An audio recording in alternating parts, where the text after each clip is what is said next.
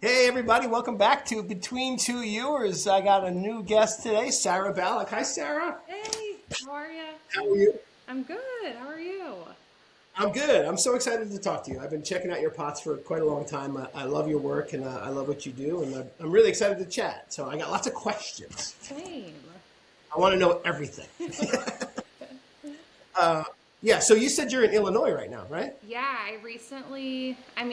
I don't know if almost a year ago I moved back to the Midwest. So originally a Midwesterner, moved back this way, kind of in a weird and strange transition, but yeah, I'm in Illinois. Okay, Midwesterner. Where'd you grow up? I grew up northwest of Chicago, like 20 minutes from Wisconsin. So Wow. Okay. I might say you guys and y'all as I'm talking or folks. So there's a broad range of terms that I'll Y'all is a very convenient word.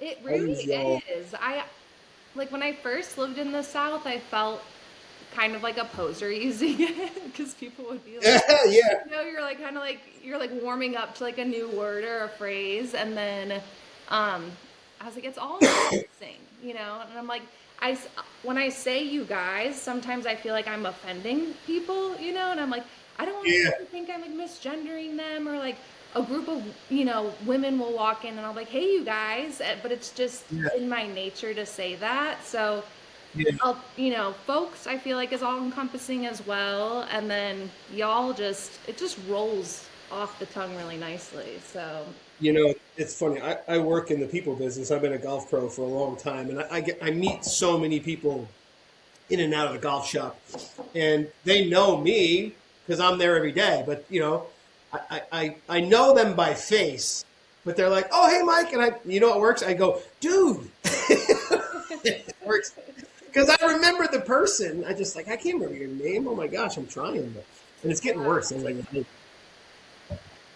so you were down in Asheville for a while? yeah, I was there for about 9 years. Oh, And then, um, my husband and I had already been considering, like, down the road, moving back to this region. We're in southern Illinois, so it's if you I don't know if you've ever been to Illinois, but it's airport. basically like it's funny because I grew up like the very north end of the state, and I'm literally at the very southeastern end of Illinois right now. Like I'm 30 minutes from Paducah, Kentucky. So we're right over the river from western Kentucky, but it's basically like two different states. Like to people up north, this is the South, you know? Yeah.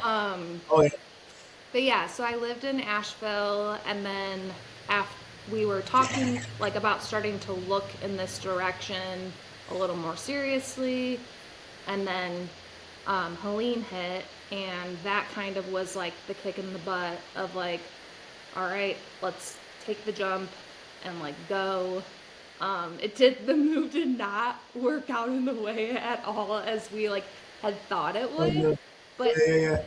like how I was because logistically I was like very nervous about like how do I like looking in another state. We were looking to buy for our first time too, so I was like, we live like 7 hours away, and if we have to go back and look at places and like how fast things can move, like how's that going to work. And then it was we ended up staying with a friend in Paducah for gosh, like 5 or 6 months, somewhere 5 months I Hmm. think. And we like had to do our move in phases. So like we moved our apartment into storage, had to like go back a couple months or a month or so later, move my studio. So it was a very like long, Wow. weird few months. And then Yeah, yeah. we had looked in around Paducah area at first, and then um, Southern Illinois just like felt more where we wanted to be. So I went to college in Carbondale, which I'm not immediately close to right now. Where I'm at, I'm almost an hour from, but my husband grew up in this area too, so we knew what we were in for. It wasn't like totally totally. Total shock. Yeah, yeah. Yeah, So yeah, it's yeah. why I like the area, and um, but yeah, it's been a whole different change of pace and different way of life, and um, big It's adjustment. funny. Yeah. It's funny what you say about Southern Illinois versus Northern Illinois. I grew up in Long Island, and anything north of Long Island, they don't even consider New York. They Right. just think it's Long Island and New York City. Yeah, and I'm like, Right. Albany is the capital, and it's 5 hours north of you. You Right. know, it's so funny, and some people just and then vice versa up here. I know people up here that have never been down to New York City and they don't want to go. I'm like, you live a couple hours from the best city in the world. You don't want to go see it? Like, they have no desire to go That's how anywhere where people that's are in not many Chicago people. too. It's like, it was like less than an hour to like the heart of downtown, and people like just were like, I don't like going to the city. And I'm like, there's like a Okay. plethora of like food and things to do, and I'm Yeah, like, that's I'm not a city person at heart. Like I wouldn't want to live downtown day in and day out, but I'm like, there's amazing museums, there's great food, there's a lot of culture, like there's so much, like I don't know, yeah, it's that's what I used to tell them. I'm like, at least go see it once. Go down for a weekend. Go have some good food and come back. yeah. But anyway, Are you a um, lefty? I am. I wrote that. I wrote that down. You're a lefty as well. I was gonna say, I was like, are we using? No, you're using a different brush, but I was like, are we using the same brush right now too? What was that movie? The Step Brothers. When they're like, name your favorite dinosaur, and he goes, Velociraptor at the same time. He goes, oh my god, did we just become best friends? I Will Ferrell is yeah. one of those guys that I don't think I could be around for very long because I would die laughing. Oh my gosh. So yeah, you're a lefty as well. So Carbondale, what school did you go to in Carbondale? SIU Carbondale, Southern Illinois University in Carbondale. So Sweet. I was Did you did you study ceramics there? Or? I did, yeah. I didn't start with ceramics, but I ended with ceramics. So, Yeah, I hear that a lot. What yeah, did you start with? art education. Um, Okay. and I was in art ed for 2 years, and then I switched to after that. Like I fell in love with clay, um, and but drawing was always my first love, so I felt like I Okay. couldn't abandon that. So I was double majoring in drawing and ceramics, like as two separate BFAs, and then doing a minor in art history. And as time went on, it was like I think up like my very last year because I ended up because of switching majors and stuff, um, needing like an extra year in undergrad, and so I switched to so I was in drawing and ceramics, and then it was like my last year, and it was like coming down to having to like take so many studio classes, and I was like, I just want more time in the ceramic studio. So I think like 3 credits shy, I had like a painting class I would have had to take or something, and I was like, I'm not gonna get the drawing degree. And I was like, what? And I was like, I could still draw. I don't know, I was like, I can still draw, and I couldn't think of like what I wanted to do in life so Hmm. much with drawing. But I But pottery has a clear path, doesn't it? Ish. like Yeah. there Yeah. seemed like there was more options, but there was more for me to like I'm still always like there was like more to learn for me, and of course there is in drawing, but I was like I really wanted to play with the materials more. Felt like it just was like all consuming. It still is, so That's interesting to me because if you're like an illustrator, I would expect more like drawings on your pots, but you're more of a pattern person. yeah, so that was something too, like, if you would have, SIU was very much like, uh, kind of like a high fire school. We did a lot with gas kilns. We had, at the Yeah. time, there was a wood kiln, salt and soda kiln there. So I thought I was going to be like a wood fire potter. Um, Yeah. doing a lot of gas reduction firings, and then so I could never, like, I had tried drawing on my pots, like using stains and um Yeah. I don't know, I was trying to merge the two, but in my drawing realm, I was very into figure drawing. And with drawing, I used a lot of, I loved watercolor colored pencils. So I loved Uh-huh. playing with color in drawing, but I couldn't figure out how to translate it into my pots. Yeah. And we did a lot of glaze chemistry. So I was like playing with glazes, but it wasn't like quite the same with colors. And then it was like my last year, mostly like my last semester, I switched from using like a white stoneware cone 10 into all low fire red clay and like just breaking into underglaze. And Oh yeah. I just couldn't, I was like, I didn't want to draw figures on my pots. Like I tried, but like Yeah. just didn't, Okay.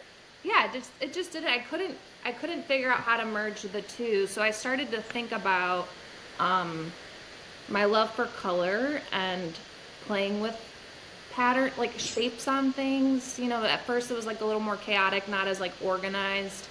And then I really love like, I don't know,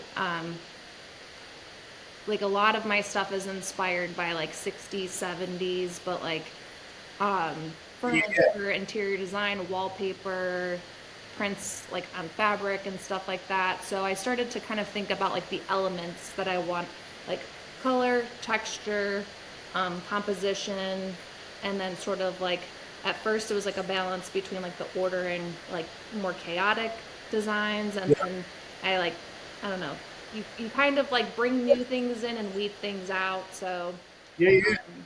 That's how you find your voice, right? yeah. 'Cause- And that's how you find your style, I think, is by working your way through stuff that you personally don't like. You're like, oops, that's not it, and yeah. you just keep trying. I think it's kind of interesting how a lot of ceramics programs um, do that. Hold on, I'm getting a little fan noise here. Is that you got a fan on in the background there? I don't, Something sounds. unless it's my laptop, like the, Yeah, maybe turn your volume down a little bit. I don't know. It's making a fan noise. I want to make sure people aren't listening and going, "Oh, I gotta turn it off." does that help? That's a little better. I can It might hear just it be this program as still. well. It The might be program does. like, let me see. No, I'm still hearing it. I unplugged. I was like, it might be like the Oh, fan you in hear my it too, so laptop, that's you good. know? Here, let me try something else here. Sometimes I use this mic, but then sometimes I was trying to use it without it because sometimes then it makes my voice too loud, and then I have to go in and edit the loudness of the voice. Let's try this. Oh my gosh. So we were just saying though, like it's interesting how you find your voice, Yeah. by and sometimes it takes years and years and years. Oh, yeah. I mean, I get the Let's question. It's funny, like from some people, they're like, "How did you like find your style?" I'm like, "Gosh, like you said, it took years of a lot of different. There were a lot of different factors." But then I'll also have people like, I've had people be like, "Like how long you've been doing the flowers and pattern thing for a while?" Or like, "Oh, when are you gonna like change it up?" But to me, I'm like, it's it's the constant, but there's always little tweaks where I'm like, it's funny, I'm people think that I'm a type A person when I teach or based on like designs, but I'm very type B. So it's like the designs and like that and like the detail orientation. I'm like, I don't know if that's like the ADHD that like comes in where I just have to like fixate on like just so, or maybe the way I was raised. Like I have I'm like Eastern European, like very tidy in that realm. Like there's things I uh, have to be like orderly in. yeah. Speaking of which, what nationality is Ballek? Is that Polish? Balik is my grandpa, who was from what was Yugoslavia, so Slovenian. I'm Slavic. Yeah, so I'm German, Hungarian, and Slovenian. So, yeah, all Yeah, four. bratwurst written all over you. Bratwurst is great. You gotta love sauerkraut then. I do love sauerkraut. Actually, Yes, my husband like that's just made a batch over the snow day, and yesterday was like the first day he opened it, and I got to try some, and it was good. Yeah.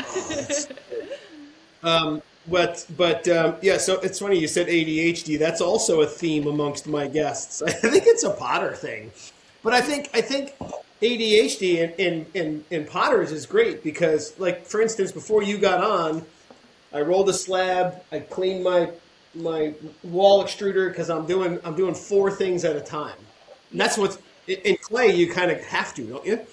Yeah, my mom always described my brain since I was a kid that it's like this wheel of things above me, and I just kind of grab up and like it's like these like different things going on, and like I can definitely stay on task and I have good work ethic, but then there's like I'm the type of person that it's like if I'm let's say I'm like cleaning the house and I'm like, okay, I'm gonna like clean the bathrooms today. I'll start like, oh, I'm cleaning the mirror, and then I'll be like, well, I'm cleaning this like glass object, so now I have to go around the whole house and clean every like mirror or what I'm like, well, I'm at it, and then I Yeah. go on these little quests.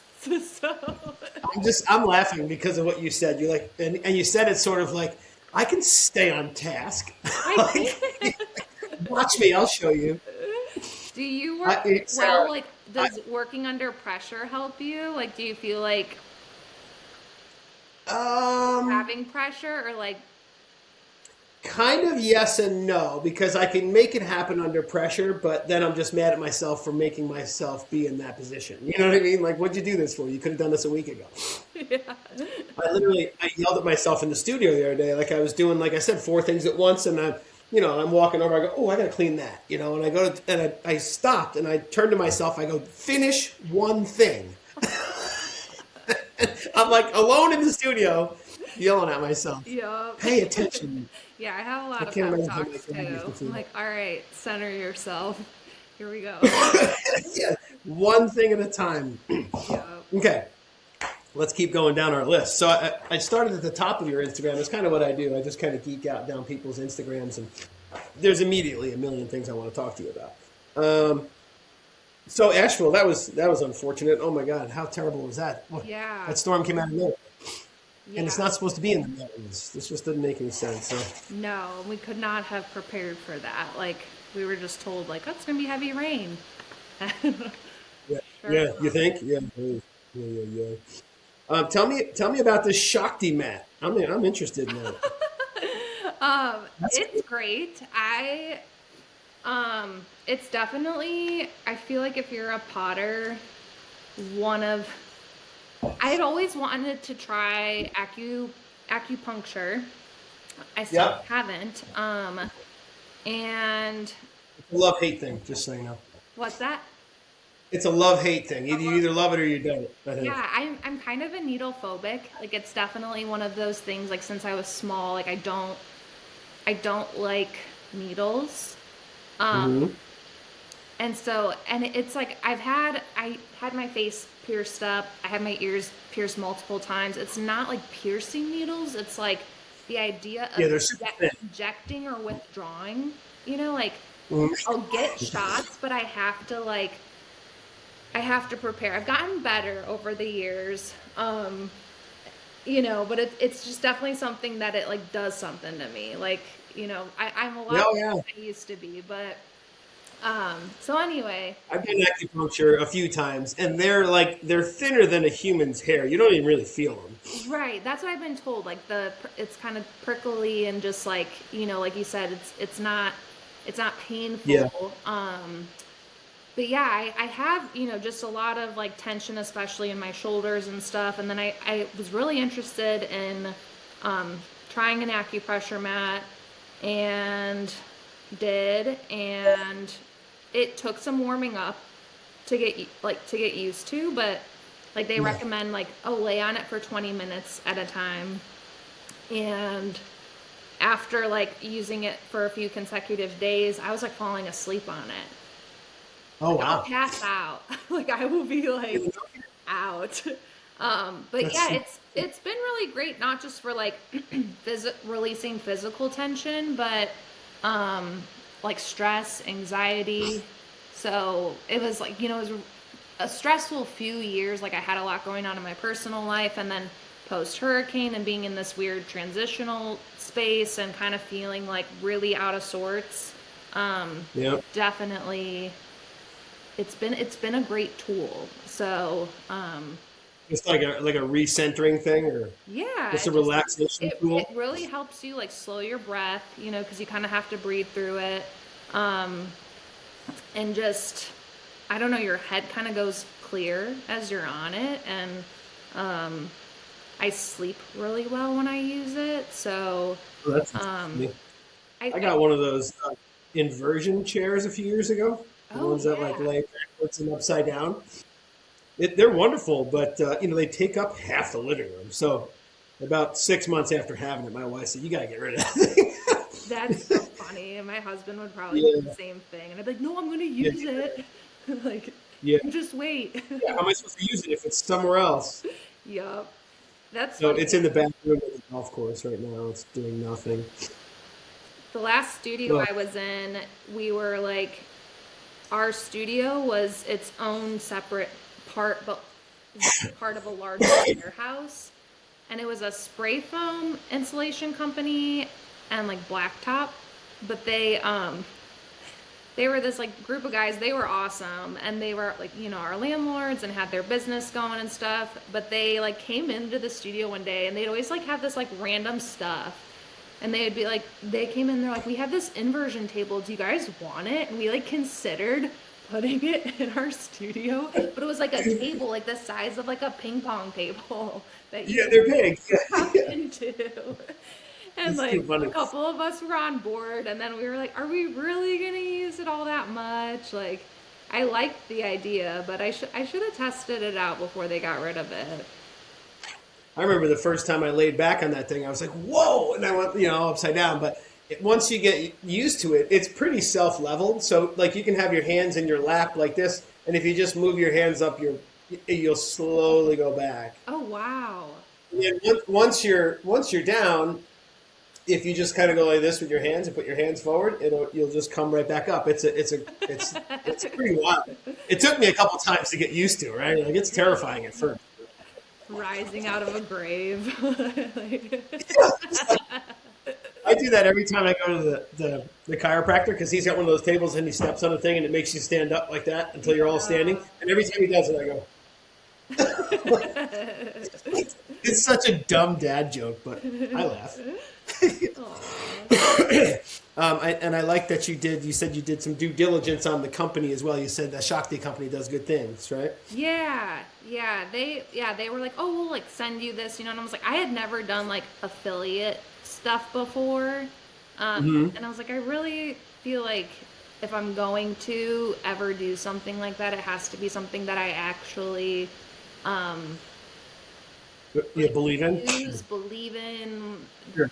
Like I was like, I'm not gonna be like an Amazon affiliate, but I and I understand like it's helpful for some people, but I was like, for me and like I don't know, my feelings about things, I was like, I want it to be something that I'm I'm not trying to sell people things that I like, Yeah. so Yeah. um so yeah, I was like, all right, I'll tap into this and see what it's about. And honestly, it's been really beneficial for me personally. So it's like Yeah. I have to try one of those.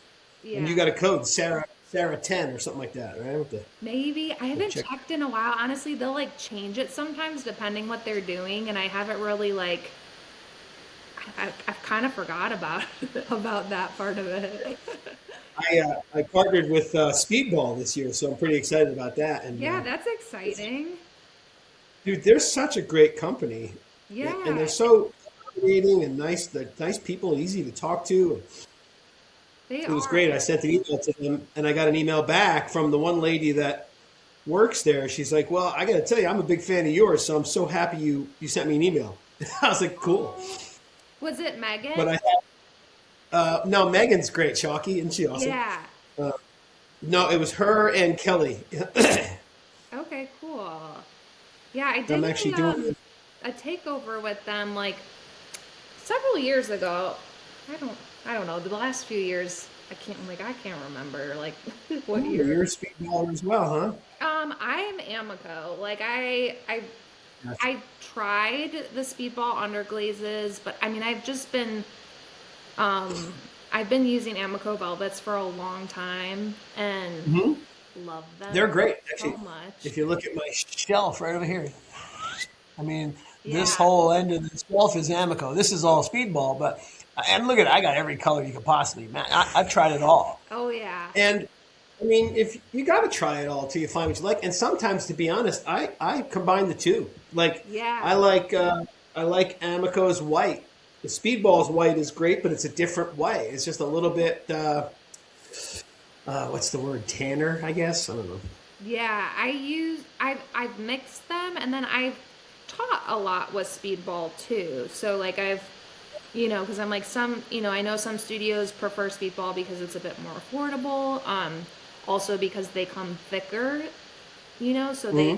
You last can a fit the it. longevity of them, especially when you have, a bunch of students dipping into them and trying them out. So for Yeah. some places I've taught Not it, it's saving any. made more sense, but I'm funny. Like I got some of those. I got some of those little bottles. Like they sent me. It's funny because she was like, "Do you want one of every color we have?" I said, "No, no, I don't have room for that." yeah. But I got a bunch of little bottles, Sarah. Yeah. I'll use it, and then I'm like, I open the top up, and I'm scraping the underglaze back in it. And I'm like, I don't know why I do that, but I Um, don't want to waste it. okay, so my favorite thing, because you're talking about like having to do that, is an ice cube tray with a That's lid. genius. And then, What? so it's like your paint palette that you can just keep covered. And then you spritz, because I mix gradients up and I mix all of my colors. Like it's rare that I'll use like a true color out of the bottle. Like they're all kind of mixed up. So I had started using I like paint palettes, they're a little too shallow unless you're just doing like a one-time session, but if I'm My daughter gave me one, and it's like one of those little round ones from the dollar store. And yeah. yeah, yeah. And Keep those going. are great, Sorry. but it's like it's a little shallow to really mix things up and I'll mix like several trays up and kind of balance it before decorating a bunch. Um and then I started using ice cube trays. I didn't even realize they had ice cube trays with covers. And I would put like foil on it and wrap it in plastic or stick it in my wet box and be like spraying it. Yeah. And I was doing an online workshop or demo or something like years ago, and I was talking about using an ice cube tray, and um, maybe it was like and so the next day I was teaching at Odyssey at the time, and a woman, she wasn't in my class there, but she took the online workshop, and I came into my studio there, and there was a covered ice cube tray sitting on my table and like a little like thank you note and Oh, has wow. a lid, and I was like so I was like that's it, like a game changer. You saved my life. Yeah, it was so sweet and so thoughtful, and I was like that's genius. I was like the ice cube tray was you know working all right, but I was like now I don't have to try to balance them on my pots in my wet box. And Yeah.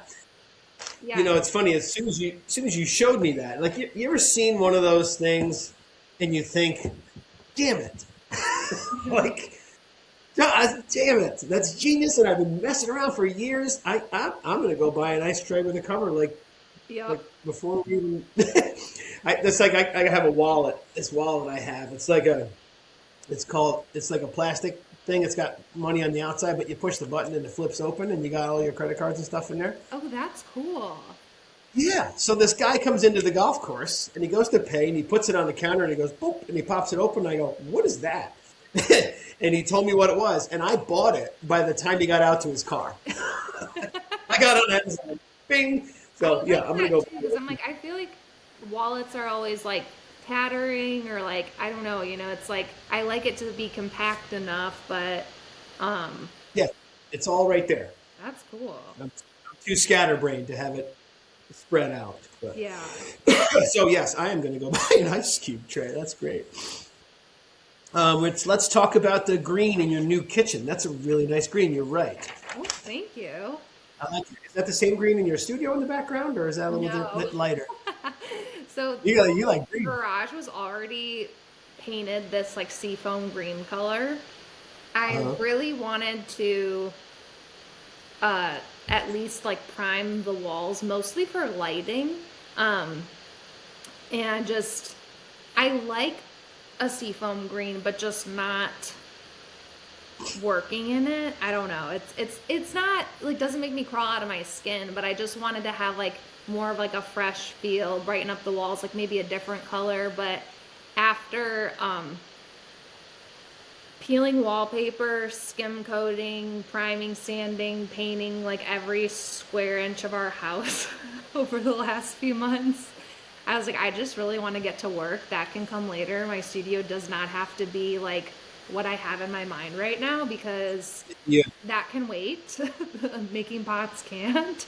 Um, I used to hang wallpaper, so I apologize to you for having to remove well, mine it. would be like really cute and great, but our house, it's a 1970s house, and then it was actually in an estate sale, and the people who had lived here, they were in their late 80s, I believe, and I think that this like the last time anything was done was in the 90s when they moved in. Yeah, So they okay. lived here for like 25, almost 30 years. And yeah, it was like, there was a lot of sneaky wallpaper too. So it was painted over many a time. You put on your Instagram also when you put the picture of that green that you wanted to keep those old retro knobs on the cabinets, Yeah, and I wrote down, isn't it crazy how expensive those things are? yes, they are. Like And a cabinet full is like $14. I'm like, I remember when we were doing our house. I'm like, I go, well, I go, we got 30 of those. yep, Oh yeah, my god! we were like, oh man, that's A, they're expensive, and B, I was like, I really like these poles anyways. I was like, Yeah, they're way cool. I like how they Is that look. like Like a they've got the ceramic middle piece? combination of the brass and the ceramic, and then we took them off and just scrubbed them with a wire brush and just cleaned them up. Nice. So Yeah, there's a ceramic middle piece on that too, isn't it? yeah, yeah, It was meant to be. yeah, really, yeah. Yeah, I did not expect to move into such a project. But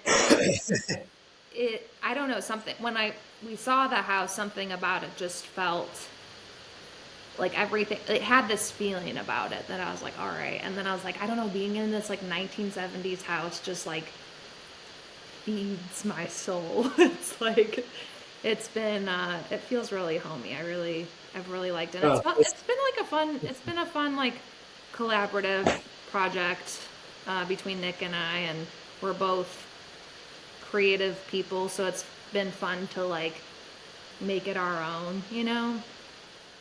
and Nick is your husband? Yeah. Cool. What does he do for work? So, he is, I guess it's called like a QIDP, a qualified intellectual disabilities professional. But essentially a caseworker for adults Okay. with intellectual physical disabilities. But we actually met in the ceramics program in college and moved to Asheville to pursue ceramics. We were both at Odyssey together and both working full-time jobs on top of our clay jobs, like full-time as well. We were both for years working like 80 plus hours a week. It was crazy. And Yeah, then nice. as he kind of like right out of college, he got involved in this field of work. And so while we were still in this area, and he had graduated 2 years before me. So he was studio tech and resident, and also working full time doing this. Brought that, you know, did the same thing in Asheville and kind of had like worked his way up into more like management positions and stuff. And it just became so much, and he really loves the work he does and is really passionate about it, and was like, I'm feeling stretched thin and I need to make a choice.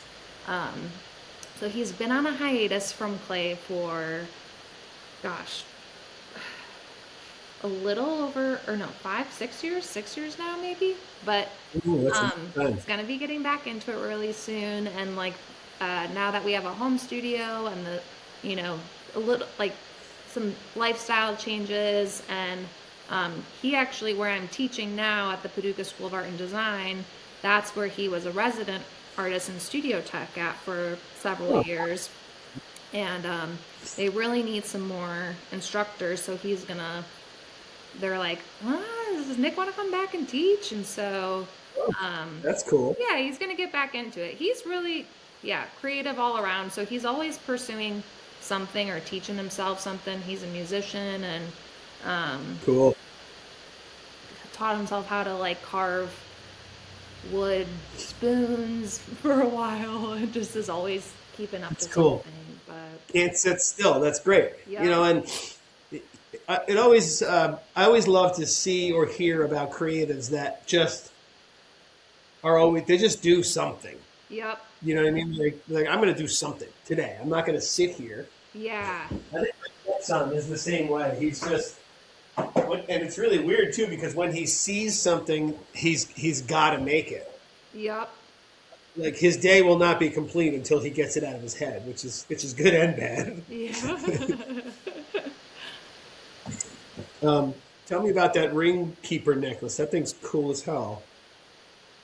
Yeah, that is, yeah, a company, they're called Pixie Wing. I don't use it as frequently now that I'm like working from home, you know? Like I feel like when I was on the go more, I would, or like if I'm going to teach or something like that. Um, but yeah, it's a cool concept. It's just kind of a simple piece of jewelry to slide rings on, and Yeah, it's pretty wild how it before that, holds the ring.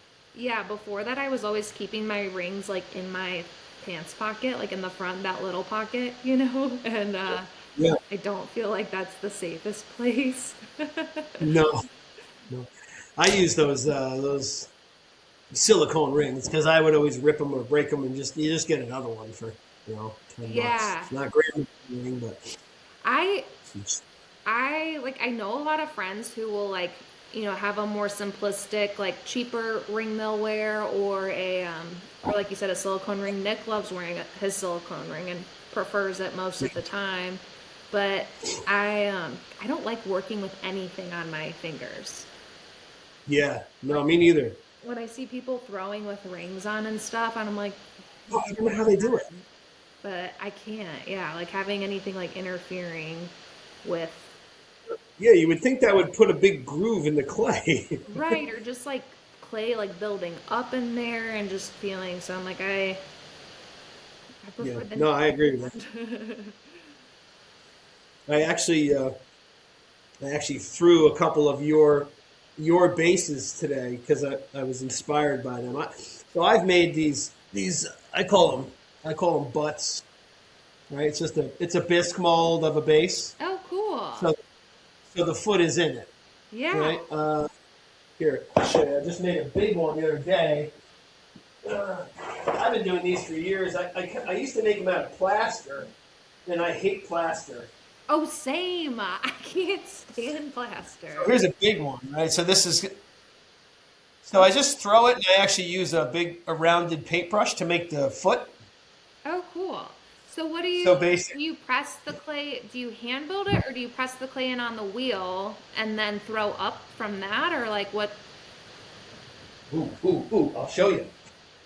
So basically, here's what I'm working on after I get off with you. This is the base Okay. of, it's going to be a big jar. So this is one of these, but flatter. And you know what else I made out of these, Sarah? Plate molds. Oh, Because then you can just make consistent plates of the same feet. So this one on here has like the same ring as this one in here. So first what I'll do is I'll push a coil of clay into the foot and then score and slip it, put a slab on, and then now right from here, I'm going to coil build off of this and just make a big giant jar. cool. You know who does that? Do you know Kyle Carpenter's work? Yep. Yeah, Kyle does his plates like that. Kind of like this one. So this was just a flat base here. And I made a couple of these just for fun. This was a test. I like the scalloped top on that. Yeah, Nice. thank you. And this is going to probably get decorated like, I don't know what color. Probably like one of these big floral. This has kind of become like my signature thing. I don't know how or when, but people love it. I don't know. Yeah. It just kind of happened. You use terracage and then underglaze as well for your exteriors? Yes. Yeah. Lately, I've been mostly just doing underglaze. Okay. So like this little, I call these couples casseroles. It's like a little mini casserole That's dish. so cute. Thank you. So I'll put on the first layer of underglaze and then I sand most of it off. So it's all kind of, Do you just do one sand- layer of underglaze? yeah. And then I sand it with one of those kind of rough green scrubbies Yeah. because it's texturized. So it's kind of will show the depth a little bit. And then I paint, then I'll bisque on that layer and then underglaze over that. I used to be only terra sigillata. You use like the Brillo pad on greenware, or like do you paint all of your underglaze on bisqueware? Kind of both. It depends on the piece. Like so, this one I did while I was talking to you this morning. This is bisque, but I'm gonna do just a clear glaze on that, which I normally don't do clear either. This is my clear. Nice. I like your clear actually. You use clear over yours? I do, yeah. What glaze temp do you fire to? So I've been 6 for years. And what I've been doing lately is cone 5 with a 10-minute hold because I've been using standard 266 black, the Umbria, and it kind of bloats at 6. Okay, yeah. So I fired a cone 4. okay. I still have some high water clay that I'm treasuring. I've been using it for like, gosh, 9-10 years now, and I love it. And I'm so sad that I won't be able to get it anymore. But I have my eye on a few new red clay bodies, and I think I might have to make the shift to cone 5 for some of them. But the clear that I use is designed to be like a 5-6 clear, but it fires great at 4. I've seen it fire at 3. And it's just a really nice, stable, clear glaze.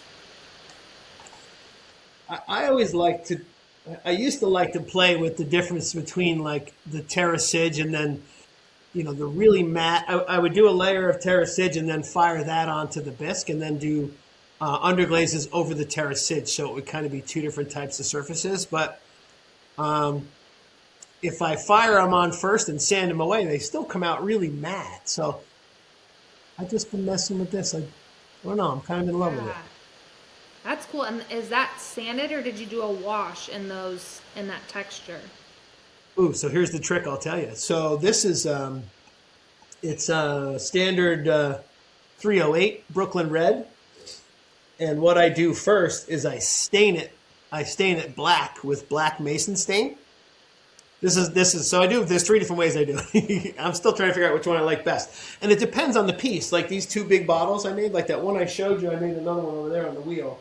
Yeah. I'm just deciding which one I want to do. So, like one, what I'll do is I'll stain it with black mason stain, like black terra sigillata, Okay. basically, and fire that on there. Okay, so then it's bisqued black. So I'm turning the red clay into black. And Okay. then I put the underglaze on and sand it. Here you can actually see the black kind of comes through Yeah. when I sand it. Okay. So, but first I got to make it black, Cool. or use black clay, which is more expensive. Yeah. Yeah. I So haven't I've been messed doing with this. black clay before. I've seen people do beautiful things with it, but I've been curious about it. I think it'd be cool. Oh, so what I was saying was I made a couple of your bases this morning because I really like the bases of your mugs and how they just. So I made basically like my bases, but I made like one of your bases. So yours really it kind of looks doesn't have a foot, but it angles in right to the bottom of the pot, right? Yeah. Oh, Do you use a bisque mold for that? you're getting a little cracked for a second. Dang it. It's like Do you lagging. use a bisque mold for that? No, I Yeah. trim that. Ah, okay. Yeah.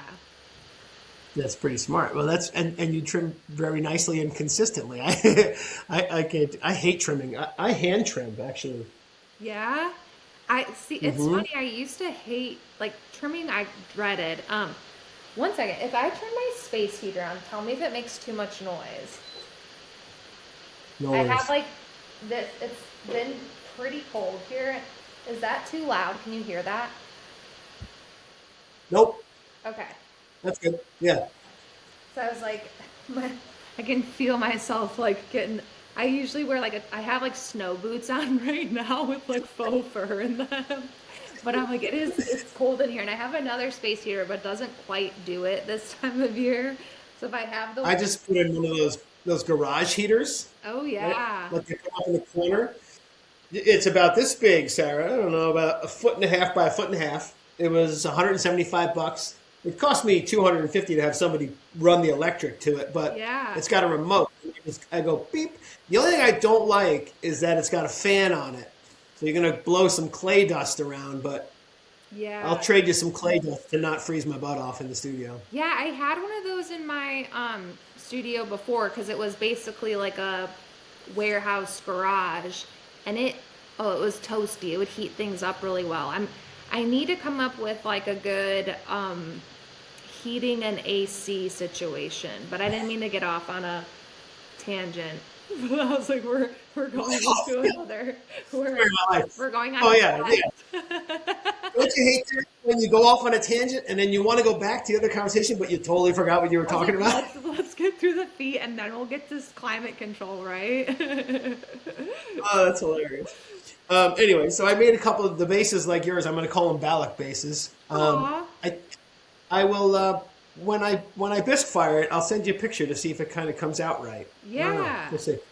I would love to So see. what I'll do with this, Sarah, is I'll just push a slab down into that because this will shrink quite a bit. So if I push a slab down, it'll form its own foot, Yeah. and then I'll just hand build off of that. Do And you this will be the coil bottom. or slab the walls? What's your method with Well, walls? with mugs, I'll usually use a slab, and with bigger pieces, I use coil. Okay. Yep.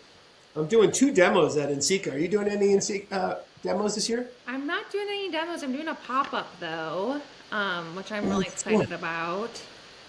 Which So, one? which one? Silica slots? Oh yeah, with Chris Long and Yeah, um, B, it's, Marion Draper, Maddie oh, Graybill. Um, oh, I love Marion stuff. She's strong. She's at the Bray right now, isn't she? yeah, yeah. She came Yeah. to Odyssey when I was like on my way out. Well, I was teaching there still, like even after my residency was over and stuff, and she came on during that time. So I got to know her a little bit in Asheville, and yeah, we got to know each other pretty well. She had assisted one of my classes that I was teaching, and she's awesome. So it's been fun Yeah. to watch her work evolve and I gotta get her on the show. I gotta start putting a list together for next year. I've done your episode, I think 20 something, 26, 27, and I have 6, 7 more to do in February. oh wow, just this month alone. Oh my gosh, yeah, it's fun though. Yeah, it's fun. It's like having a studio mate in your studio, but always changing, and then I you got still get your lone wolf time. I have a special guest as the season finale this year too, so you'll see. I'm Okay. pretty excited. Um, and with Speedball, I'm doing the demo. I'm actually I made these two big bladders here. Put one in here. So this one's going to be just a big, like a Oh, big. I love that. Thank you. It's just a big footed ball. So I'm going to decorate this with the flowers as well while I'm doing a live podcast at the Speedball booth. Cool. A live podcast at the Speedball booth. Okay. Yes, I Cool. stopped by and said, Yeah, which do you know yeah, which day you're gonna be at the booth? You're gonna be demoing the two days? Thursday, Thursday I'm at Speedball. Okay. Wednesday I'm at Bailey's. I'm going to be hand building for Bailey's booth on Wednesday. Cool. Yeah, Yeah, careful what you wish for. I'm in debate. Like I think I might just do a day pass to the conference. Um Yep. instead of like the full shebang, but and then just kind of pop around Detroit, go to the pop-ups. But I was thinking between Thursday or Friday for the day pass because my pop-up's on Wednesday. Okay. What time's yours? What's that? What time is your pop up? I think it's from like 5 or 4 p.m. or something to 9 at night. Wow, that's a long It's one. I'm pretty sure from what I remember. And then so I'm assuming, setup's gonna be a little before that. So I was like, I'd miss like pretty much all of Wednesday. And then um so yeah, I was considering just doing like a day pass. Because I'd like to go to the conference. I haven't been to NCCA in a long time. Oh, really? Yeah, since 2016, Kansas City. Oh, wow. Yeah, so it's been a really long time. I was gonna go in 2020. We had arrangements and everything, and had a Odyssey was gonna do a pop-up show. We were on, we had rented out an Airbnb with this that had this extravagant living room kind of event space that we were gonna do a gallery in and all this. And Neat. Uh-huh. of course it was like the final countdown, like on the cusp in Richmond, like, isn't Sika happening, is it not? And it was like, yeah, so that didn't happen. I sent work, gosh, I think it was 2022 or was it 2023 when it was back in Richmond again. But I didn't go that time. So That was a good one. I went to that one. yeah. They're so much fun. Yeah, I'm really excited to go. I usually don't get like FOMO about things, and like for years I was like, I'll be like, maybe not. And then since moving and not being in such a hub like I was in Asheville around clay people all the time, Mhm. I was like, I'm gonna start. It's a good thing to go and connect and get that thing you get, when you're around other artists and like-minded folks. And Yes. Hence this show. yeah, and yeah, and so I'm a very social person, but I'm also like, I like, because people are like, oh, like, you're moving to this really remote area, you're going to be in a studio alone. I'm like, a home studio has always been the goal. I like Yep. working alone in private. I don't know. I enjoy like having my own space and just kind Yeah. of, Get in the zone. yeah, and being in a really busy space, which I worked in for a long time, can be really distracting and just, um, I don't know. Yeah, it can be really lovely in a lot of aspects, but it's hard. Um, Yeah. but anyway, so I was like, I'm gonna go to NCCA, and it's interesting. Like, uh, yeah, I haven't been since. I mean, Instagram was a thing then, but it wasn't like, I feel like how it is, what's happened in the last decade. Like, it's wild to think like I haven't been to NCCA in a decade. So, Oh. I'm excited because I feel like I've Well, broadened my network. I've met people at different residencies over the years, and so it'll be fun to reconnect with those folks. And Yeah. It's Baltimore next year, I think. yeah, yep, yeah, it's Baltimore next year. So that should be a reachable one, I think.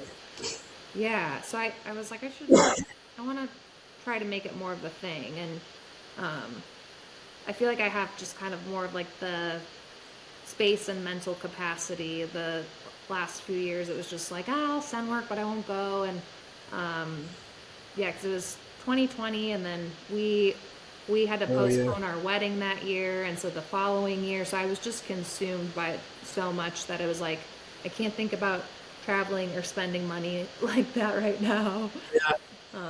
I was supposed to be in a show coming up, actually at Charlie Cummings, Oh, cool. and yeah, that's a fun one. And I love Charlie Cummings; they do good work, and Yeah.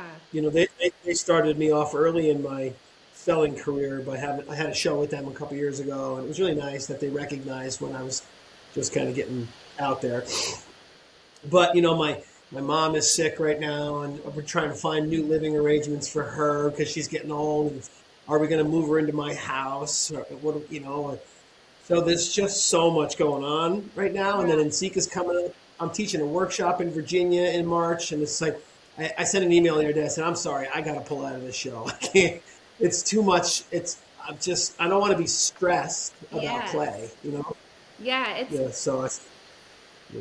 it's Hopefully they're hard. not mad at me. It's hard, you know, and I've had to do that especially in the last year. I mean, we've been trying to plan this for like a year now or something. Um, Yeah. where it's just like the unexpected of things happening. And like Right. you said, you have to prioritize. Yeah, it's just life, right? Yeah. And I don't want to send work that I don't fully believe in either. You know what I mean? I'm not going to just throw you a couple of pots because I'm busy. I don't Yeah. want to do that. Yeah. So, um, yeah. What else? So, Did we yeah. pause, can we pause for a moment? If I use the Sure. bathroom. Yeah, actually, I think I can pause this thing. Well, can I? I didn't know if that will like Uh, interfere with like because it's recorded. So I was like, if that's okay. yeah, go ahead, go to the bathroom. Okay. I'll just chat with people for a little while. Okay. I'll be right back. I'll make another pot of coffee. Aha! This is the perfect excuse. This is a good time to recognize our sponsors. We are sponsored by Speedball Ceramics, whom we love. Megan and Kelly and Delvin, all you guys, and Becca Otis, love you. Thank you guys for all that. And our new friends at Liquid Quartz, as you can see in this show right here, I'm coating all this stuff with liquid quartz. So hang in there, and we'll be right back after a few words from our sponsors. I feel like I need theme music. Like, it's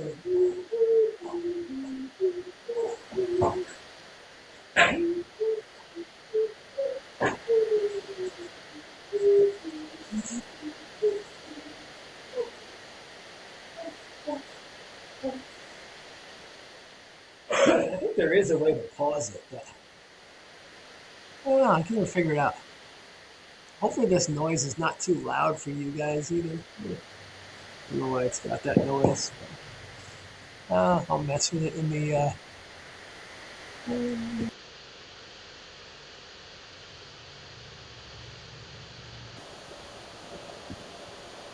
Huh.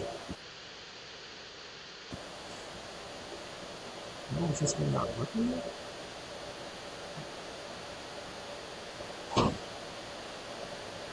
Okay, I'm back. Woohoo! I was doing the Jeopardy theme song. Yeah, yeah. Often and Nick's like, the plumbers are in the one bathroom and they're like in our like they had to cut a hole in the closet. Wait, say that again. I missed that. I said the plumbers were like occupying the one bathroom and then they're like cutting a hole in our closet. I was like, I gotta go. Out of the way. Woo. So are you a handle pincher? Because I am a handle pincher. Certain forms I'll handle, but I'm primarily majority wheel throw and then pinch. I mean, for your handles. Oh, handles. I thought you said Are you a hand-built pincher? A handle pincher? A handle pincher. Yes, handle pincher. Yep, yep. Yeah, So I saw a video you had there. Do you pull them first and then pinch them later? I use a handle tool, and Oh, yep. then um, I'll take like a sponge and then the Mud Tools red rib and kind of flatten them out a little bit, and then set them up, and then I'll pinch them once they're not as tacky. Yeah. No, I like that. I love the. I'm a handle pincher too, and I love the little rib that it leaves underneath. You Same. know, it kind of creates like this sort of shape on the inside of the handle. So when you're holding it, it fits right in that little crook of your finger. I think they're comfy that way. Yeah. And it makes me think of like a almost like a braided pattern or texture. It's Yeah, yeah. I made another cup of coffee. I really don't need it. Another cup of coffee. Yeah, it's like, is it gonna? How much coffee do you usually consume a day? I always tell my friends that I like to drink coffee until my eyeballs wiggle a little bit. And I'm like, oh my God, it's time to stop. Yeah, I got a couple sips in there. Yeah, I'm like a 2 to 3 cups Yeah. kind of person. Sometimes a little like evening cup, but it's not like an 8 ounce cup. So Okay. technically, it's probably more like Yeah. I have an espresso machine in the studio because I'm surrounded by so many great mugs that I collect. Speaking of which, we got to do a little mug swap. Maybe at Ensika. yeah. Oh, actually, let me show you this bag that I got. Do you know Melissa Maya, her Yeah, pottery? yeah. She was on the show, and she was telling me about this bag. So of course I had to buy one. It's like it's a backpack, right? But it's for a photographer and all their lenses. So look it's got all these little slots. Oh, cool. So I can put like 16 mugs in there, and then just so for mug swapping. I'm so excited. That's so cool. It's like a little gallery too. Like you open it up and it's Yes, like yes. little shelves built in there. But I need a watch or Is it anything. like a hard case on the front? It's hard on the front. It's got all that in there, and then in the back, it's got like a padded pocket, so I can put my laptop and everything. And I'm pretty stoked. And I'm going to cover this with Ensika stickers. That's awesome.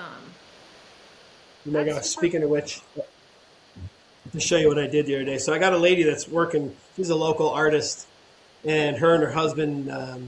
She's a graphic designer, and he makes signs. I live in a really small town, so everyone knows everyone. So I got a hold of her, and I said, "Hey, I'm looking for somebody to make like a logo for my podcast.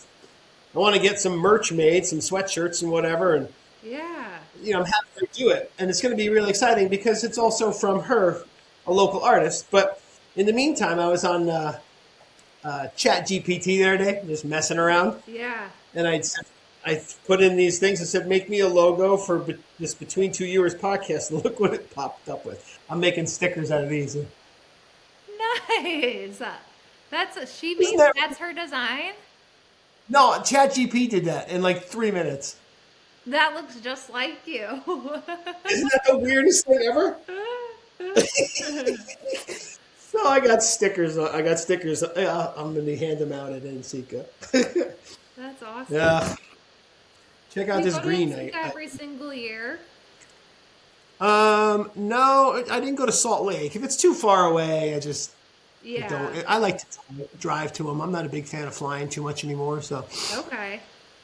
as I get older, I guess I try not to fly so much. So I'll drive. We're gonna drive out to Detroit. Me and my buddy. We're actually gonna leave early and stop and hit some cigar lounges on the way out there. Nice. It's Yeah. nice to be able to drive to, especially if you're bringing pots and stuff. Flying with pots and like supplies, like Yeah. I've had to do it before for workshops, and it's just, I don't know. It's terrifying. Yeah, yeah. Like, I've gotten, Yeah. like security has like opened my carry-on where I had like all my mugs and like cups in there for a workshop I was doing. Yeah. and they're like, And they're pulling out. yeah, like wanting. I'm like, it's pottery, and like, I was like, what can I fly with? It's like, and yeah, the logistics of it all. I'm like, driving is just a little more freeing when it comes to. You know what's interesting too is when I'm hand building and I'm hand building for like a workshop or a class or something, I usually torch as I go with one of these big torches. Yeah. So I'll torch a couple of rows and then build and then torch, and I hope they let me into Inseca with two torches because I'm bringing them. You need like a little, I don't know, like a little pass or a badge that says like you're allowed to. Yes, I VIP. have a torch. Oh. It's too funny. So I see you're in Mug Madness. Am I too late to get into that? Did I miss it? Yeah, the deadline to apply was like early or mid-December. Oh, I missed it by a long shot. I was in it 2 years ago, I think. Yeah, That's I've a fun never. little show. I like every year it happens, and I'm like, oh shoot, when is like the? I was like, that'd be fun to be in, but I'm like, when is the application? And last year I remember thinking like, okay, if I have mugs made, if I'm like back in the groove, like I want to apply next year, and then I something popped up, and I was like, like it's 2 weeks or something, and so I had like made an extra note this year to finally remember to apply because I've like loved participating and voting and watching it happen Yeah, it's fun. every year. So Yeah, it's fun to watch. You know yeah, what else I haven't seen in a while? I haven't seen the Imposter Cup in a while. oh yeah, I forget That about one that. I just, yeah. I wonder Who what happened does to that one. I'll have to. imposter? Who does imposter cup Oh, again? I oh, know. I forget his name. Oh, I don't know. I'll have to Google it and I find can't. out. But Yeah, I so saw that, something recently popped up that made me think about it. Um, I can't think of who it is, but like there's kind of like the collector Instagram people who like share their mugs all the time, their mug collections. yeah, And somebody yeah, had um, like an imposter because I was like, that like looks like somebody's work, like a rip off of it. It's not yeah, his work. And I was like, oh, it was like I, from the, and then in the caption I read like, oh, this is the so and so's piece yeah, of yeah. impostering, and I was like, and Oh, here, it's supposed to look like that. yeah,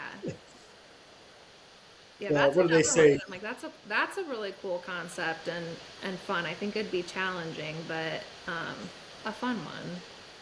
You know what I threw out too? So I'm in a pop up too. I'm in the Only Pots one on Wednesday as well. Okay. And I threw out to our group the other day. I said we should all have like a one big giant get together of everybody in all the pop ups. It'd be like one big giant mug trade. A pop-up That'd be hangout. fun. Yeah. But I Where think there's over 20 pop ups this year. where what time is yours happening at? Do you know? Ours is Wednesday from 6 to 9 at the Trumbull Hotel, I think, which is right around the corner from the center there. Cool. Who's all in Only Pots? I saw the Only Pots thing, and I'm like trying to remember like seeing who else is going to be. Milo Bear is in. Okay, cool. Well, he was just on the show. Adam Miller. I don't. There's about 10 of us. I'm not really sure. Okay, cool. So, yeah. What's her name? Weird Gina Grenier from like Weirdo Moments. She's like the head of it. Okay. She makes really fun stuff. I enjoy her pots. I enjoy all the pots. And that's honestly sometimes the best part of a pop up is just walking around swapping with everybody. Yeah. Um, so you make I like your earrings too, by the way. Those are really cool. Do you sell a ton of those? Oh, I was like, oh, the ones I'm wearing. I was like, I didn't make these. I was like, oh, but I like this artist.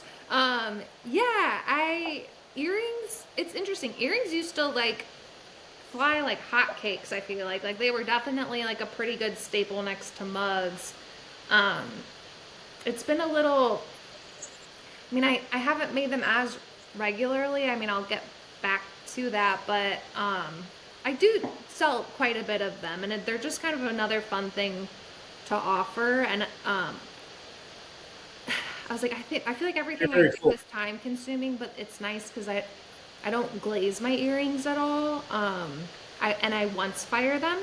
So Okay. I just fire them to cone 4. So it's kind of nice if I'm making a batch of work and I bisque stuff and I have earrings that are just accumulating, I can kind of just stick them in a glaze firing and fire them with everything. And then I'll sand them and stuff like that, but it's there's a couple less steps in the earring process, which is nice. Speaking of not glazing them, what I'm doing right now is using liquid quartz on the exterior of all these. Have you ever messed with liquid quartz? I haven't, but I've been really intrigued by it. I like Ellen Duvall, her work. Yep, I do know her. Yeah, Actually, she's on the show. I think she's coming up on the show next week. Oh, cool. Yeah, I was gonna say her. I remember watching some stuff like in more detail of her using liquid quartz, and then I've seen you talk a lot about it, and I've been curious about it. Like, tell me more about. I'll have to. Tell I, me. I actually told Milo Beresin he wants to try it. I said I'll bring you because I get it in these big quart bottles, Oh, cool. and or liter bottles, and I'm going to bring him a little bit. It's pretty amazing stuff. I spoke to Rose Katz. You know Rose and Matt from the Ceramic Meltdown show. They're the glaze gurus. Maybe if I saw their work, I would. The name is not ringing a bell, but They're they're super smart, and they have a show called For Flux's Sake. okay, that sounds familiar. Yeah, they're fun. They're at NCCA every year. They'll do a podcast at NCCA this year, I'm sure. But I when I first found out about it, because with Terra Sigillata, I'm not glazing, but Right. I want to seal the outside so it just doesn't get dirty every time somebody touches it or washes it. Yeah. And I think I found out about liquid quartz from Sarah Anderson. Okay, yeah. Yeah, yeah. She's coming on the show in a few weeks. Her and Austin, actually, I think are both going to be on. That's going to be fun. Cute. And Tim Kowalczyk uses it on his pots too. So Okay. I reached out to Rose because actually Rose and I, because I live in the Alfred area, Rose and I used to work together at a factory, and I was the production manager, and she was the smart one. I was the one that got to chat with everybody. Yeah. But I said to her, I said, "Tell me what you think of this liquid quartz stuff," because she's the smart one. She said, "Well, it's made to seal countertops." Okay. Well, okay, that's really kind of all I'm looking for, really. They say it's food safe, but I don't know if I would put it on the face of a plate or a bowl. I do use it on the exterior of pretty much everything, though. Yeah. Because I leave my handles and like my bands, like the bottoms, raw, and I sand Uh-huh. them. And I've kind of Yep. wondered about that, like what it would be like. You know, I have a couple of my own pieces that I've used for years, just and so I've seen kind of what happens over time. But I've wondered just like what using liquid quartz might, like the benefits of it could be. Yeah, it Um, just keeps it from getting stained. Really, okay. it seals it completely. It takes the porosity right out of it. It's pretty amazing. Do you Um, have to reapply it after like a long time, or it? oh, not that I know I of. mean, if it's No. on kitchen countertops, you'd think it Yeah. Who was I talking to about it one time? And he said he on the show. He said I have a mug that I've run through my dishwasher hundreds of times, and it's still sealed. I'm like, okay, so And then do I don't you know. It's like do you just paint on like several layers or just one layer, or like what's the process with using it? one layer, and you can spray it, or if you were going to do earrings, you could dip them. Oh, cool. Yeah, Does yeah, it it's add super like a easy. sheen, or like when you get something wet and it like saturates it more, does it do Yeah. that at all? Here's one I did a minute ago. I mean, the foot is still even a little bit wet, but it just soaks right in. Okay. Do you It's feel pretty like it wild. makes the colors bolder or like Mm, only while it's wet, and then it kind of goes back to the way it was. okay. Let me see if I can. See if this is it. Yeah. So if I spray this now, water just beads right off of it. It's pretty wild. Oh, that's Here. cool. And then will that continue like does the water always bead off? Like, as Yes. it's more set. Okay, cool. So cool. Here, I put some water in here. Here's a bowl. I don't know if you can see that bead of water down there. Just see it. Oh yeah, I see it. Isn't that wild? It's just, and it'll stay like that. But again, I don't think I would eat off of that. But you could serve food off of it. I don't know. I don't know. It says it's cutlery safe and all that stuff, but I Yeah. don't know. I don't want to. People are pretty sensitive about that. So I have a liner glaze and a clear glaze that I use. And speaking of clear, where did you get your clear recipe? It is it's called Odyssey Clear, and it's Gabriel Klein had, like, I mean, before he had his amazing glaze books, like, I was at Odyssey when he was writing those, so that was where I got the recipe from. I don't know if it's his recipe he designed or altered, but it's just been the staple clear there in their glaze lab. So when I had first started using this clay body from High Water, the Earthen Red, it said that it went to cone 6, which it bloats at cone 6, and it also gets like very dark, like chocolate brown, and I wanted more of that red brown. So I Okay. brought it down lower to cone 4, and I had tested a bunch of different clears on it at cone 4 with underglaze and slips and stuff, and the Odyssey Clear was what I liked the best. So Okay. yeah, I like that you pinch your test tiles too, huh? yeah. I was like, I wanted to see how the texture looks. I just actually started playing with some new slip colors and just pulled the tests out of the kiln last week. I yeah, fired a test kiln because we We had the froze. snowstorm, and I was like, I really need to keep my studio We nice froze. and Trying to nice and toasty. reconnect. This is Hold on, perfect. there's So my internet connection. She's fine. yeah, so I pinched them and It just says to trying to get an reconnect. idea of what it'll look That's like. pretty strange. Mike, Yay. I think you're frozen. Hello. Hey, there you are. Oh, there we go. You had this, like, you were frozen with this, like, very, like, this look on your face, and I was like, oh, I was like, and then you were like holding, I was like, oh, he's like holding a pose for quite a while there. And then I was like, Mike, are you there? Like, soul left. It said trying to reconnect. Uh, yeah. What was I going to say? Test tile. I don't do many test tiles. I'm not a big test tile guy, but I'll show you what I did. Speedball, Delvin at Speedball said, he said, hey, if I send you some colors, would you test them for us? I said, absolutely. So he sent me these test colors, and these kind of came out, which they're so blatantly nuts. Here, let me try to get them. Ooh, are those underglaze colors Just- or glaze? Oh, those are glaze. Ooh, I'm into Aren't it. they- Chartreuse and like a flamey orange Right? is like my favorite. I love it. I'm like, I'm a one of my nickname at work is Fancy Pants because I wear crazy colors. But like, if you're so colorful, go freaking colorful, right? Yeah. So I liked it, so I made a couple of these mugs to send down to Aramont. Um, Fun. they say Amont on it. Amon. That's awesome. And then there's this one too. Have you been down to Aramont? I have. Yeah, I did Winter Pentaculum last year. Oh, it's so fun, isn't it? It is. It was such a good time. Yeah, I really enjoyed my time there. And then I've gone to visit a couple times aside from that because it's not far from Asheville. And so one of my friends was a year-long resident there years back, so I went and visited her. I think it happened to be over a Pentaculum. Oh, cool.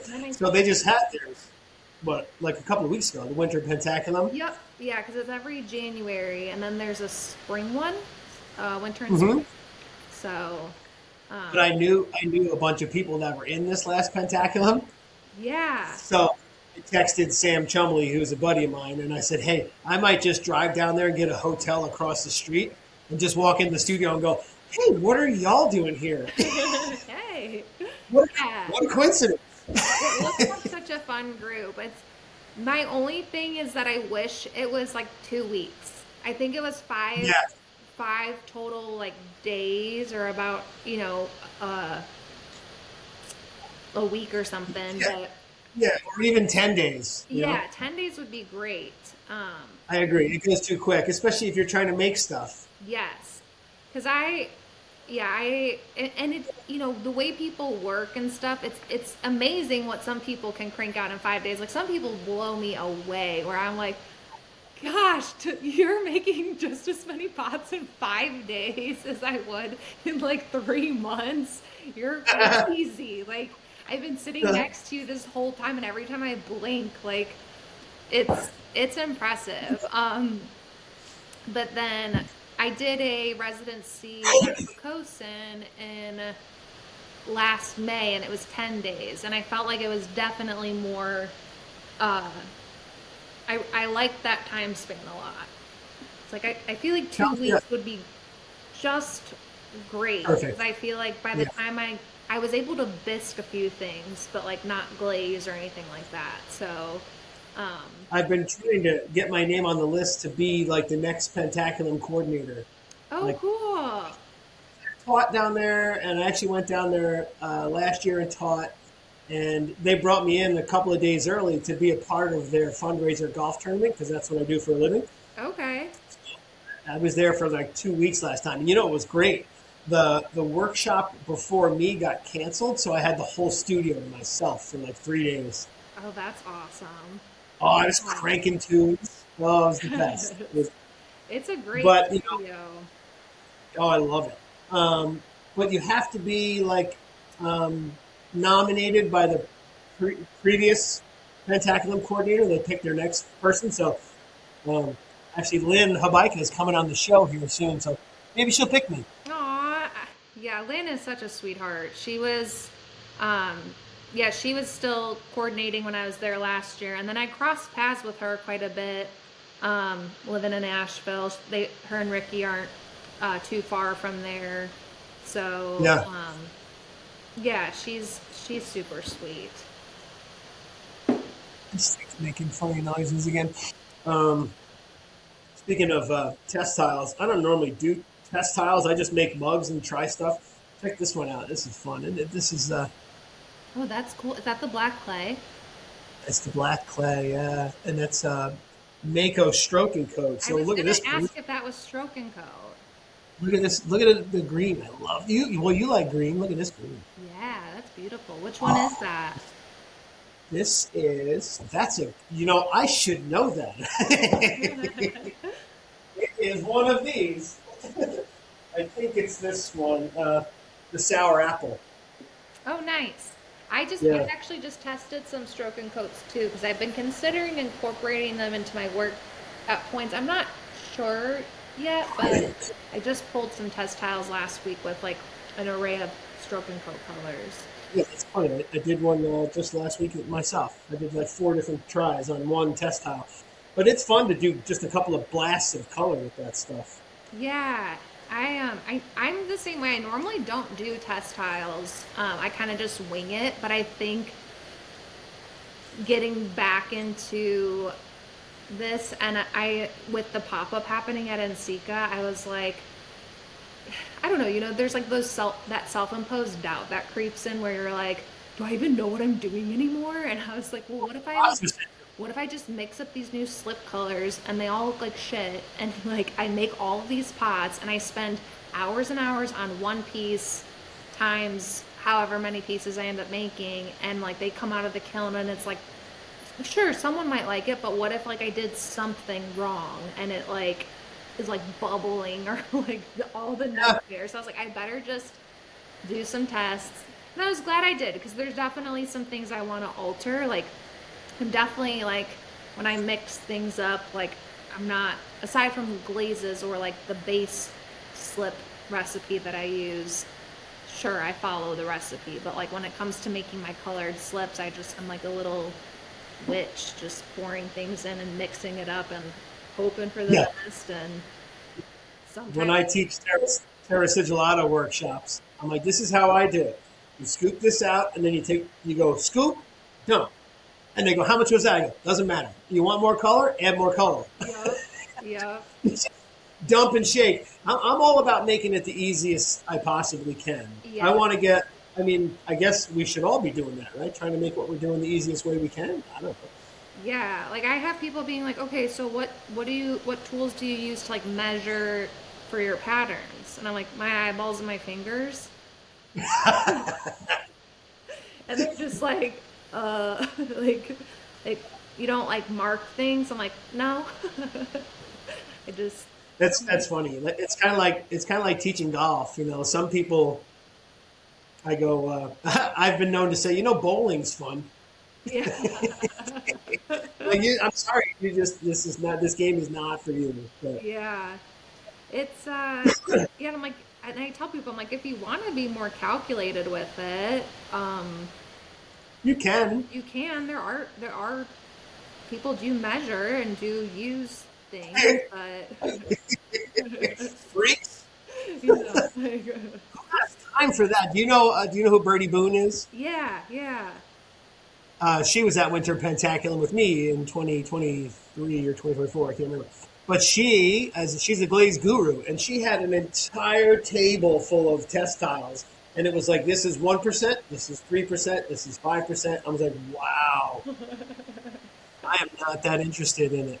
And it was really cool. You were talking about people being really prolific. Austin Riddle was there with us. Okay, yeah. And he did the whole week. He did one handle the whole week. It was a perfect handle. Don't get me wrong. You just worked on like just making a handle. Yes. But I was very impressed. So he has a handle that's like, it's a really well-known handle. It's a one-finger handle, Right. and it's really thick, and it's beautiful. It's thick. So what he did was he took that handle and he cut it in half, and he added like 3/4 of an inch into the middle to make it more of a two-finger handle. Okay. But he was planning on making a mold out of it, so he made it absolutely perfect. So at the end of the week, he made a mold out of it. So I ended up driving to the airport. I said, when you get home, I want 2 mugs with that new handle on it. So I have 2 of his mugs upstairs. That's awesome. I was gonna ask if he was making the handle for a mold. Yep. Yeah. Then I could, I think it's worth it to spend that much time on the handle because you're just going to replicate it and save so much time. Does he do press molds or does he pour? I think he's not a slip caster. Okay. I think he pours the hand. He might pour the handles and then attach them. Yeah. Yeah. I don't know. His work's amazing. I was at Flower City Pottery Invitational a couple months ago, and he was in the same room with me, Merritt Metzger, and Dallas Wooten. Okay. Yeah. I was like, Yeah, good group. it was rough company. You ever been around people like that and with your pots, and you're like, why am I here? Yeah. Yeah. Like the imposter syndrome of like, what? Oh, I hate it. What am I doing? Someday I'll like to make. I used to get like it's funny too because like the last NCECA I was at, and it was my last year of college, and it was like, again, I'm a social butterfly, but I think it's not going to be quite the same because I'm like, oh, but I would like be like, almost like that starstruck, like too shy to go say hi to somebody. Like I'd be like in college I was a huge fan of, and I still am, of Dita Mert's work. Yep. And Yep. I was like, oh man, like there she is. She was like at the same bar at night or something, and someone's like, go say hi, and I'm like, and it's like that thing in your mind where you're like, if I go up to someone like, hey, I love your work, obviously they're gonna be like, thanks, like what's up, but like you think in your mind, you're like, I'm not cool enough to like be here, like to interact with you. No, you just go up and you're like, I love your work, and they go, thank you, and you go, okay, bye. I got nothing else. Yeah. Oh, that's hilarious. Well, we're at an hour and a half already. We're having fun. Oh, really? I It's like I didn't know. I Yeah. had no idea what time it was. That's a great thing. That's time flies when you're having fun. But Yeah. we got to bring this to an end. And what I've been doing with some people is coming back around like a year later and saying, "Hey, how you been? Let's check in on our studio practice." So maybe next year we'll do a part 2. Yeah, if you that want. would be awesome. So before we get out of here, you got to give us one good tip or 2 good tips, whatever you got. What you got? Oh man, my tips would be, don't be afraid to take risks. In all things in your practice, or when you have a goal in mind or a dream, you know, Yeah, whether they're go for it. calculated risks or more spontaneous, I mean, and it depends. Like some risks I think need to be a little more calculated than others, but Sure. Yeah. and maybe to some it may sound like a little woo-woo, but I always like remind myself and tell other people who are like, I don't think I'll ever be able to do that. Like, don't lose sight of your dream. It, like, whatever it may look like, even if you think like, well, that probably won't happen like for 10 years until 10 years down the road or something. It may not always happen according to how you think it will or want it to, or when you want it to. But I think it's like kind of that like keep your eye on the prize mentality of like, it can happen. It might happen in a totally different way. Stay flexible and open. But I think of that in terms of just being an artist, kind of keeping in touch with yourself, and reality is important, but to not not to give up would be sort of something that I think is an important reminder, because it feels easy to go down that rabbit hole or have those doubts. Yeah. And then a piece of advice that was given to me early on, we were talking about this earlier on in the podcast about finding your own style. Somebody once told me was, do not make work for other people, make work for yourself, make work that you like, and you'll find your style, you'll find your crowd, your market, all of that.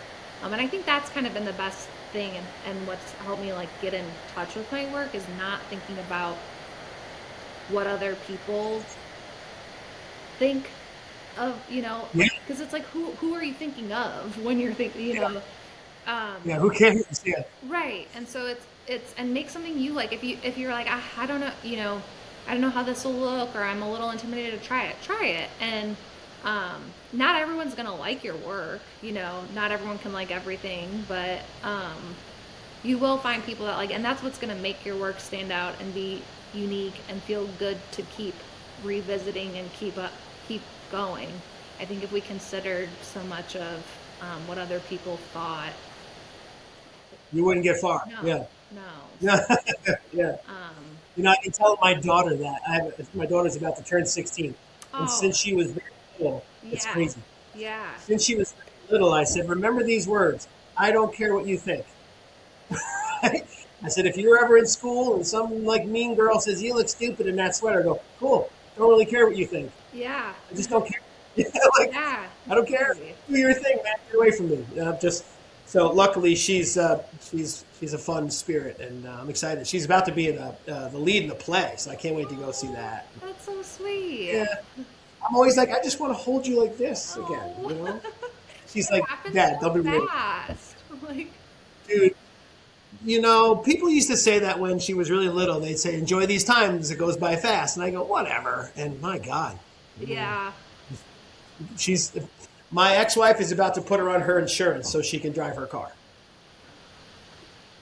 Yeah.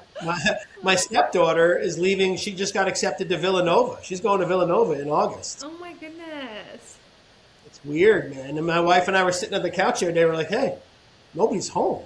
This is wild. Yeah. They're just getting old. They're just doing their own thing. It's fun. But I like what you said about kind of sticking with it. And that's kind of a theme in this show that I hear a lot from artists. They say, no matter what you do, just keep making pots, because as a beginner, and it's just like people that play golf, I'm like, you're not just going to start off and be good at this game. You got to practice, Yeah. So just keep making bad pots. The good ones will come.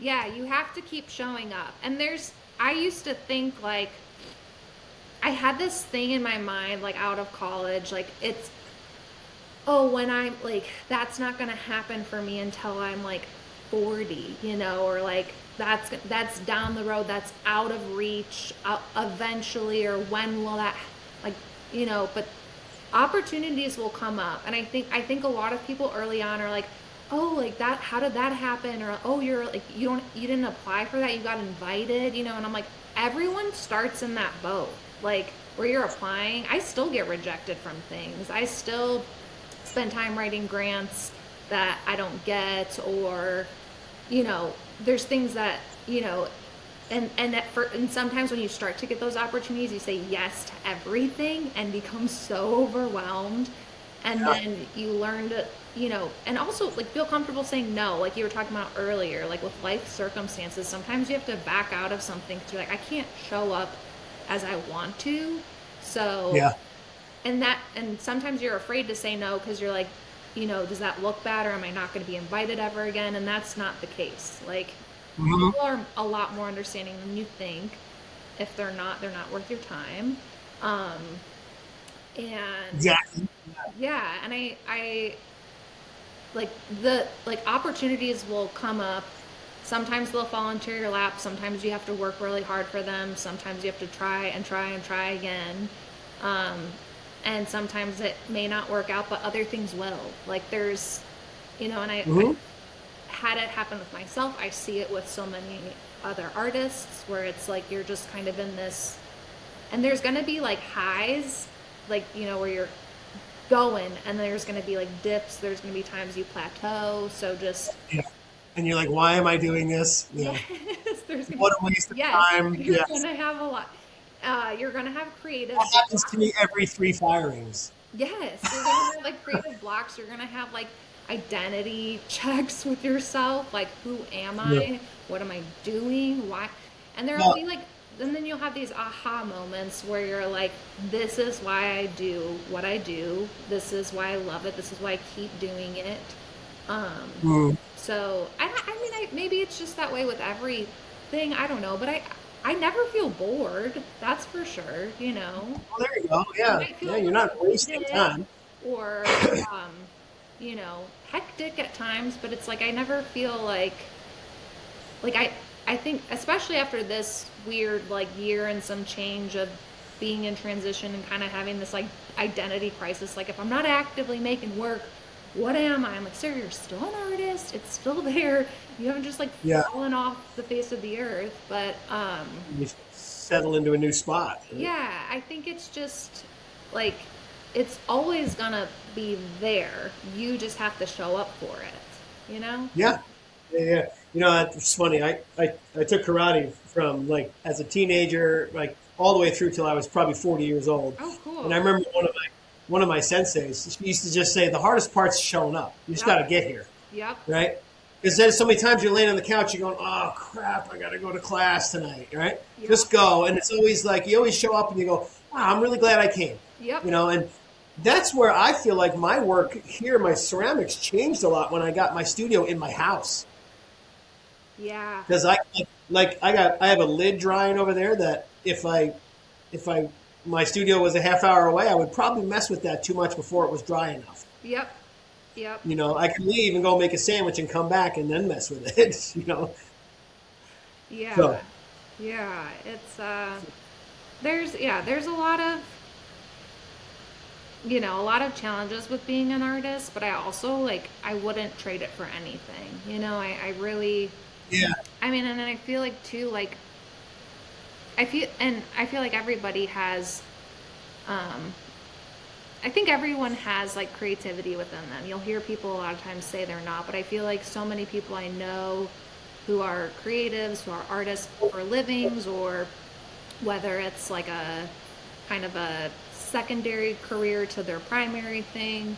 Um, yeah, it's like it's born and like you're born with it. Like you yeah. have to, It's Let it out. yeah, and so I think and I always tell myself, like, I tell people, I'm like, my goal is, because it's, I meet people who are like so focused on retiring and that And I'm like, you're not promised tomorrow. B, Yeah. um, my goal is to never like retire and just be like, now what? My goal is to Yeah. I'm always be bored. making art.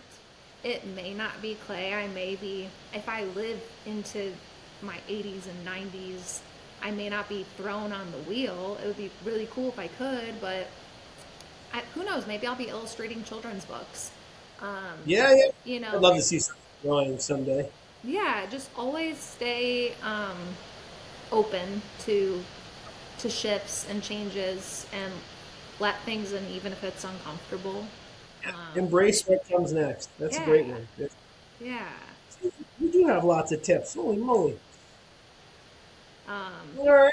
yeah, I like to err on the, I think there can be a lot of like discouraging feelings at times, and I like to sprinkle in a little bit of just like more of the optimistic Yeah. side of it, because I'm like, it's hard and there's a lot of feelings, you know. Yeah. Yeah, and life is tough, so having the time to be creative is kind of it's a it's a privilege. Yeah, it truly is, and I feel like it's, um, I tell people, I'm like, it's a humble life, but it's by choice in a lot of ways, but but I, it's really rewired me, to be doing this and to, you know, but also too, I'm like, I stay open to if I have to kind of switch routes at any point, just keeping an open mind to that too. So, Yeah. Oh, all good stuff, Sarah. yeah. Uh, Before we go, tell everyone out here where they can find your work, website, galleries, all that stuff. Oh gosh, website is still under construction. The best, oh, it's been under construction for a while. The best way to like contact me, see what I'm up to is Instagram is where I post. Um, in person work, if you're at Ensika, Detroit, I'll be there with Silica Sluts in person with my pieces. So come say hi. Where is that show on Wednesday night? It is, oh gosh, it's at It's a, in Sika. yeah, it's at Ensika. It's at a brewery, a German brewery, like winery place. I Okay, can't think of the name cool. right now. Um, but it's Wednesday night at Ensika, Silica Sluts. Um, and then aside from that, I'll have a Mug and Mug Madness, which I Go think, vote. yeah, well, I was like, go vote for whoever you want. Vote. Um, but I don't think that's on, aside from voting online, I think that's in person, like at their gallery. So if you're in Seattle, um, yeah, the next, like, thing I have on my radar is a show at the end of the year with Baltimore Clay Works. So I'm Oh, doing cool. an invitational for their like winter show sale that they have Nice. every Hmm? year, and then um, possibly possibly a workshop in Florida next year. So that's open to people to sign up if you want to travel to Marco Island to be continued. So Oh, we'll very see. cool. Workshops are great. Yeah. I love in-person workshops. It's just so much fun to be immersed in the studio with a bunch of people and just make stuff. There's nothing better to Yeah, me. yeah, it's fun doing workshops. 'Cause I'm like, you can travel to them. Like, it's like I teach, but I teach 8-week classes. So unless you're local to the area, um, Yeah. but if you want to come learn from me, I'll announce when those things happen as I get into it. So Yay. Well, yeah, very good, Sarah. Thank you so much for your time. Pleasure to meet you. yeah, yeah. I I'll look see you forward in like a month to and a seeing. half. Yeah, I'll Come see by. you there. Yeah, We'll be like, we'll just high five in the hallway. Whoop. yeah. Hi, Your hi. basic handshake. Yeah. You're like, Somebody, what? somebody else was like, hey, I'll come by and say hi. I said, I hope we have a minute. Like, you've been doing Sika. They're kind of Oh crazy. gosh, And you're yeah. And like now running it's around. like what's the average number of attendees on like 7,000 or something from what I've seen, or like maybe it's more. And the pop-ups are like standing room only. You're like, just, I oh my gosh, you're know. like, I'm gonna be like in my little bubble, just. yeah, I gotta make pots for that. I gotta bring stuff. Like, nah, I don't, do you do that also where you're like, I don't have enough stuff, and then you make stuff and you go, oh my God, I got way too much stuff. Yeah, I'm slow with my process, but I have like all of my wet boxes are full right now. Like I just finished my trimming marathon last week, and I'm already like, oh God. But I'm like, I need more variety. But I'm like, no, it's fine. Like just it's just like that. Like, okay, make a little more, but then no, you won't have time to decorate it. So I'm like, Sarah, just like you have what you have, just start decorating. You need to Yeah. get like a pile going. So I was, like I told you, I yelled at myself in the studio, but the other day I was like, why are you doing wet work right now? Like, you should not be making stuff. And I'm just rolling out a slab. It'll I'm be decorating fine. like dishes and cups right now to avoid making handles. Having, Yep. I'm like, no, I still need to get this done, but I'm like, no, you need to get your handles done because Yeah. I like when the piece has a handle on it, and making handles is fine. It's just one of those. It's slow for me, and usually like if I have like I think I have like 30 mugs or something that I need to handle, and that's just gonna Yeah, be that's days. yeah. So Yeah, put on a yeah. good podcast, put my head down, and just like go. Yeah. So Well, thank you again. I really look forward to meeting you, and yeah, we'll see you in a month and a half. see ya. Thank you. Bye, Sarah. Thank Bye. you. Bye.